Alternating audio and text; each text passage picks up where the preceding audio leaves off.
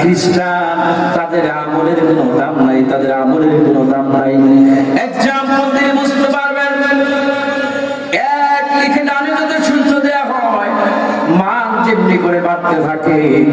একজন মুমিন ঈমানের খাতায় নাম যখন উঠে যাবে, যত ভালো আমল করবে সবগুলো আমলের নাম আল্লাহ বাড়ায় দিবে। চিল্লায় বলেন আল্লাহু আকবার। আমার ভাইরা, হাদিস শরীফে এসেছে একজন মুমিন মানুষ জান্নাতে যাবে, সর্বপ্রথমে বিনা হিসাবে অনেকে জান্নাতে চলে যাবে, আবার অনেকে জাহান্নামে থাকবে, একদিন জান্নাতে যাবে। যারা মুমিন, যারা পরিমাণ ঈমান যাদের অন্তরে থাকবে, ঈমান নিয়ে মরতে পারবে, গুনার কারণে যদিও জাহান্নামী হয়ে যায়, ওই লোকটা একটা সময়ে কোনো এক সময় আল্লাহ তাকে ইহসান করে দয়া করে জান্নাতে যিনি পৌঁছায় দিবেন তিনি কে? আওয়াজ করে বলুন তিনি কে? এজন্য আমার ভাইরা, ঈমানদারের দাম এত বেশি, এত বেশি, এত বেশি। যারা ঈমান এনেছে তাদের জীবনে পরীক্ষা হয় কি হয় না বলেন? হযরত ইব্রাহিম আলাইহিস সালামের উপরে অসংখ্য পরীক্ষা হয়েছিল, কিন্তু তিনি সবগুলো পরীক্ষায় বিজয় লাভ করেছিলেন। আমার ভাইরা, এমনি ভাবে যারা ঈমানদার হবে তাদের পরীক্ষা দুনিয়ায় আসবে, ঠিক কিনা বলেন?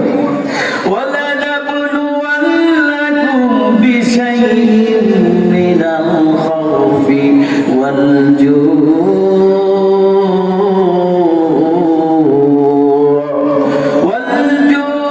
ওয়া নাকসিম মিনাল আমওয়ালি ওয়াল আনফুসি ওয়াস সামারাত ওয়া বাশশিরিস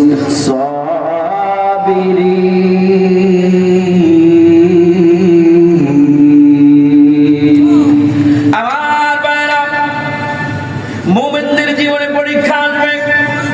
এই সূরাতুল বাকারার এই আয়াতে কারিমা আল্লাহ সুবহানাহু ওয়া তাআলা বলতে চায়, বান্দারে দুঃখ কষ্ট দিয়ে আমি তোমাকে মাঝে মাঝে টেস্ট করব, পরীক্ষা করব, ফসল কমায় দিব, অর্থনৈতিক সংকট দেখা দিবে জীবনে, বিভিন্ন সময়ে ভয় দিয়া, বিভিন্ন সময়ে সময়ে জীবনের ডাকে বাকে, মুহূর্তে মুহূর্তে, মুভমেন্টে জীবনের কিছুটা সময়ে সময়ে পরীক্ষা করব। যারা পরীক্ষায় দুনিয়ার জীবনে পাস হতে পারবে, আমার ভাইয়েরা, তারাই সফল হয়ে যাবে। ওই ধরনের মুভমেন্টটাই সফল হয়ে যাবে, ঠিক কিনা বলেন? আমার ভাইয়েরা, হাদিস শরীফে এসেছে আল্লাহ নবী, বিশ্ব নবী ঘোষণা করেছেন, বলে দিয়েছেন হাদিসে। হারিস নামক একজন সাহাবী ছিল। হারিস ডাক দিলেন, হারিস তুমি কি ঈমানের হাকিকত জানো? হারিস বললেন, ইয়া রাসূলুল্লাহ, আমি ঈমানের হাকিকত, ইয়া রাসূলুল্লাহ, রাতের বেলায় যখন আমি ঘুমাই, সারা রাত দুনিয়া বিমুখ হয়ে আমি দুনিয়াকে প্রাধান্য দেই না, আখিরাতকে প্রাধান্য দেই। চিল্লায় বলেন আল্লাহু আকবার। দুই নাম্বার, ইয়া রাসূলুল্লাহ, আমি ইবাদতের ভিতরে মশগুল থাকি, সব সময় ইবাদত করতে থাকি, আর দিনের বেলায় সিয়াম সাধনা করি। ইয়া রাসূলুল্লাহ, সিয়াম সাধনা করতে করতে বিপাশার্ত থাকি।